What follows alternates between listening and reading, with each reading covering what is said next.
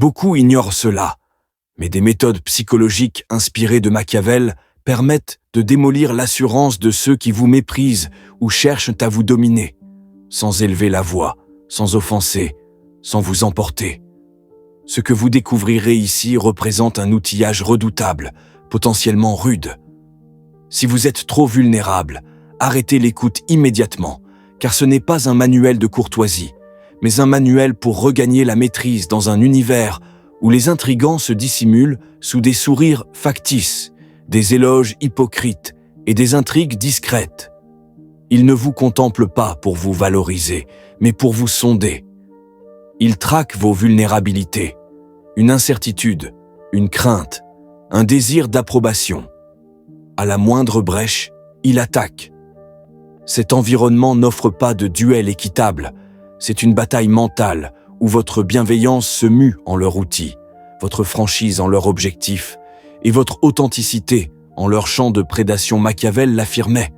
Celui qui se comporte invariablement en vertueux se voit anéanti par les sans principes. Si vous demeurez facile à anticiper, vous serez consumé. Ce contenu dépasse le simple avis. C'est une stratégie offensive élaborée, avec une rationalité glacée, une intuition acérée et une netteté impitoyable. Vous maîtriserez l'art de détecter un intrigant en un instant, de renverser leur tactique contre eux-mêmes et de naviguer tout affrontement avec une sérénité qui neutralise dorénavant. Vous n'agissez plus impulsivement, vous anticipez. Vous n'expliquez plus vos actes, vous scrutez. Vous n'avez rien à démontrer car l'autorité réelle ne quémande jamais. Vous allez explorer 8 approches pour anéantir l'orgueil de quiconque, intrigant ou impoli, avec une exactitude implacable. Et la 8e s'avère la plus ravageuse, un assaut décisif contre tout opposant. Armez-vous, votre conflit débute à cet instant. La première approche consiste à refléter comme un écho tout ce qu'ils projettent. Les intrigants aiment diriger les échanges, en restant invisibles. Ils visent à vous provoquer tandis qu'ils se tairent. Plutôt que de céder à leur appât, renvoyez leur attitude comme un projectile retourné. Prenons une illustration précise. Un collaborateur vous attaque en séance. Honnêtement, on dirait que tu n'as rien saisi du dossier. La majorité riposte ou s'irrite. Vous conservez votre aplomb et rétorquez. Curieux, j'allais formuler pareil. Peux-tu préciser ce qui m'a échappé ? Ensuite, silence. Ce que vous accomplissez, c'est rediriger leur assaut comme un reflet. Vous ignorez leur aiguillon, vous les confrontez à leur propre conduite. Leur confiance chancelle, car ils doivent s'expliquer. Ils espéraient vous écraser, mais vous inversez la contrainte. Cela opère, car les intrigants misent sur votre réponse pour vous asservir.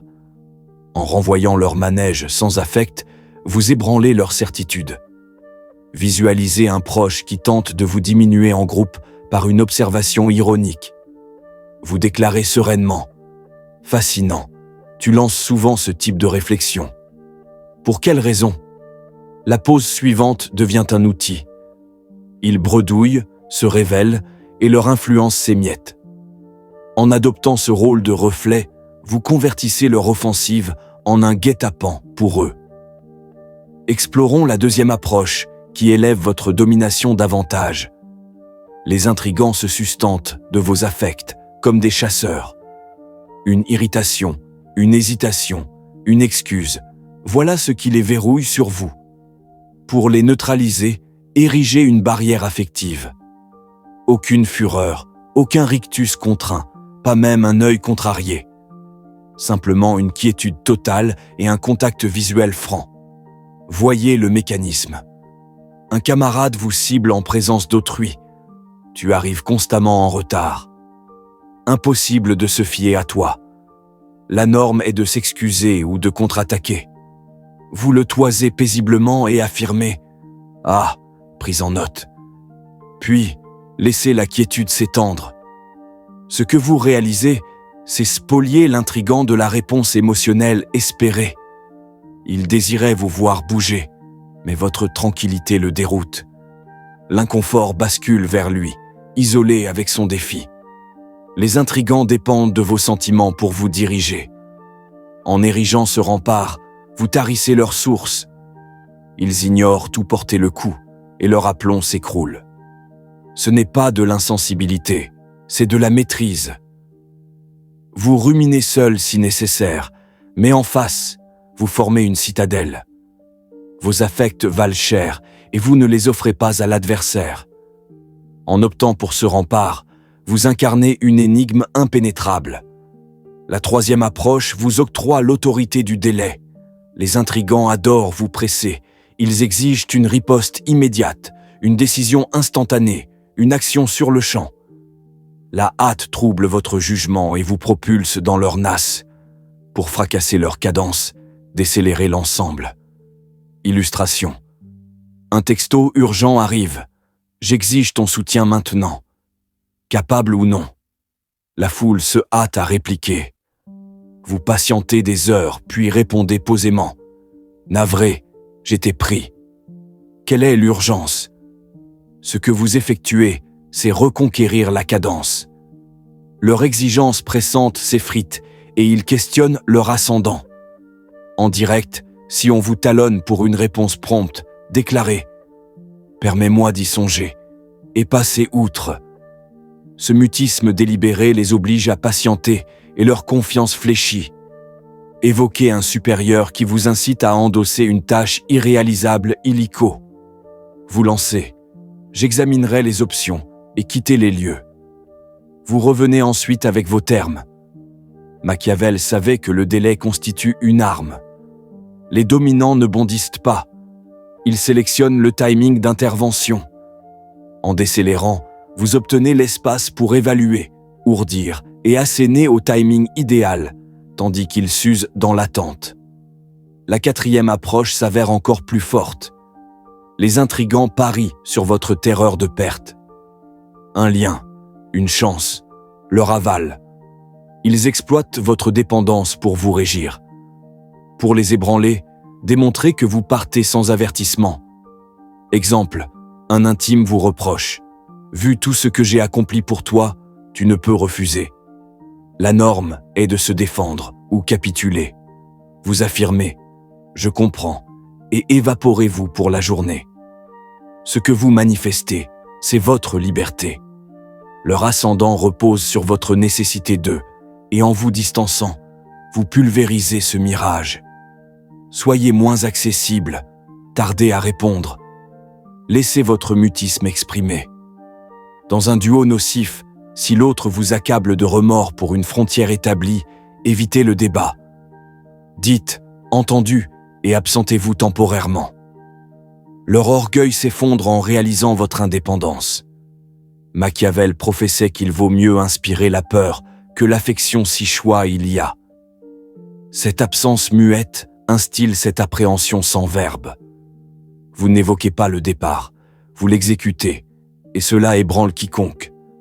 Abordons la cinquième approche qui inverse totalement leur manège. Les intrigants emploient l'adulation pour enfler votre vanité ou le reproche pour vous ployer. Ce sont des leurres. Pour dominer, faites-les quêter votre assentiment. Illustration. Un collègue vous encense en assemblée. Tu excelles vraiment sur ce chantier. Personne ne te vaut. La majorité sourit et remercie. Vous inclinez la tête et déclarez « Merci », mais l'ensemble du groupe a brillé aussi. Puis, bifurquez. Ce que vous opérez, c'est rejeter leur crochet et réorienter le focus. Ils visaient à vous diriger via les louanges, mais vous les frustrez de votre écho. Face aux reproches, après mes efforts pour toi, répondez sereinement. Je saisis, mais pas aujourd'hui sans détail, sans controverse. Mieux, si un intrigant s'attribue votre mérite, louez autrui. Je salue l'apport essentiel de Marie. Vous subtilisez leur lumière. Les intrigants dépendent de votre caution. En renversant la dynamique, vous les affamez et ils tractent votre aval. Ainsi, vous régnez sur l'échange. La sixième approche vous rend insondable.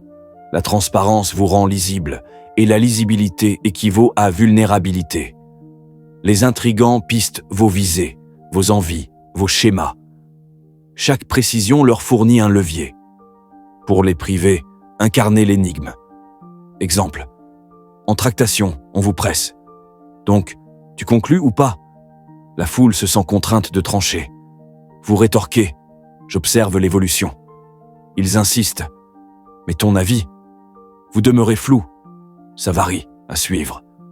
Ce que vous fermez, c'est l'accès à leur interrogation. Votre réserve les pousse à s'exprimer, à se dénuder, tandis que vous restez opaque.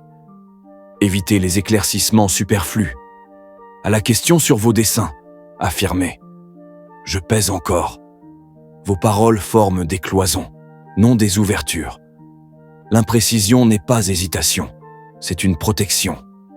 Machiavel préconisait d'être lion et renard, robuste et astucieux. En énigme, il ne vous anticipe pas, donc ne vous régisse pas. Vous surveillez, prêt à intervenir au timing optimal. La 7e approche va déconcerter vos rivaux. Les intrigants prévoient que vous opposiez ou chutiez dans leur filet. Pour les perturber, simulez l'innocence. Vous percevez leur stratagème, mais feignez l'ignorance. Exemple, un collaborateur vous cible publiquement. De toute manière, tu manques d'acuité pour capter ça. La norme est de riposter ou fulminer. Vous conservez la paix et rétorquez. Amusant, je songeais identique. Tu parais avisé, peux-tu détailler? Puis mutisme. Ce que vous engendrez, c'est un retournement psychique. Vous renvoyez leurs coups sans élever la voix, les contraignant à valider leur attitude. Ils croyaient vous soumettre, mais vous les laissez s'embourber. Ils escomptaient vous agiter, mais votre naïveté feinte les prive. Vous patientez pour les démasquer, peut-être via une interrogation anodine qui expose leurs lacunes. C'est toi qui pilotes ce sujet? Non. Simuler l'innocence, c'est miser sur l'endurance. Vous triomphez non en bondissant, mais en laissant l'autre se compromettre seul. Voici la 8e approche, la plus annihilante, celle qui pulvérise directement l'orgueil de tout individu. Intrigant ou discourtois, c'est le démantèlement subtil. Vous n'opposez pas frontalement, sans éclat, sans geste apparent. Vous sapez leur ascendant de l'intérieur en retournant leur vanité contre eux. Illustration.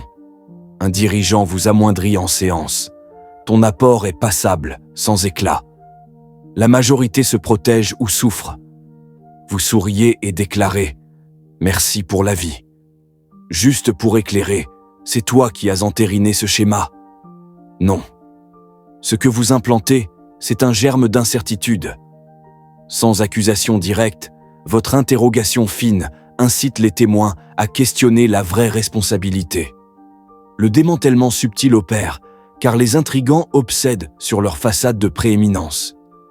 En insinuant des observations qui lézardent cette façade, comme évoquer leur succès avec une touche sarcastique ou dévier le regard vers autrui, vous les incitez à surcompenser, errer, se révéler. Si un collaborateur prétentieux accapare l'attention, suggérez paisiblement. L'approche de Paul vaut l'examen. Leur orgueil s'écroule en perdant la maîtrise. Le démantèlement subtil reste invisible. Vous semez et leur fierté accomplit le reste. C'est l'ultime manœuvre de Machiavel. Ils ignorent la défaite jusqu'au gouffre. Vous n'êtes plus l'individu du début. Vous avez muté. Vous formez un tacticien, un spectre dans leur arène mentale. Vous ignorez les défis impulsifs. Vous projetez. Vous ne quémandez plus l'affection. Vous allouez votre focus. Vous n'excusez plus. Vous analysez les intrigants, les impolis. Tous ceux qui croyaient vous asservir ignorent encore votre essence. Vous incarnez un reflet inaltérable, une réserve impénétrable, une énigme insoluble. Ces 8 méthodes, du reflet qui inverse leur manège au démantèlement qui les ronge intérieurement, composent votre panoplie neuve. Machiavel vous a enseigné. L'autorité ne s'excuse pas, elle s'affirme. À présent, vous pénétrez un espace sans viser à séduire. Vous exprimez avec dessein ou taisez-vous. Et quand un intrigant tente de vous enserrer, vous n'opposez pas. vous le désintégrez avec une fraîcheur polaire. Si vous aspirez à l'invincibilité, commentez. Je suis indéchiffrable, je suis invulnérable, car désormais, c'est vous qui orchestrez le ballet.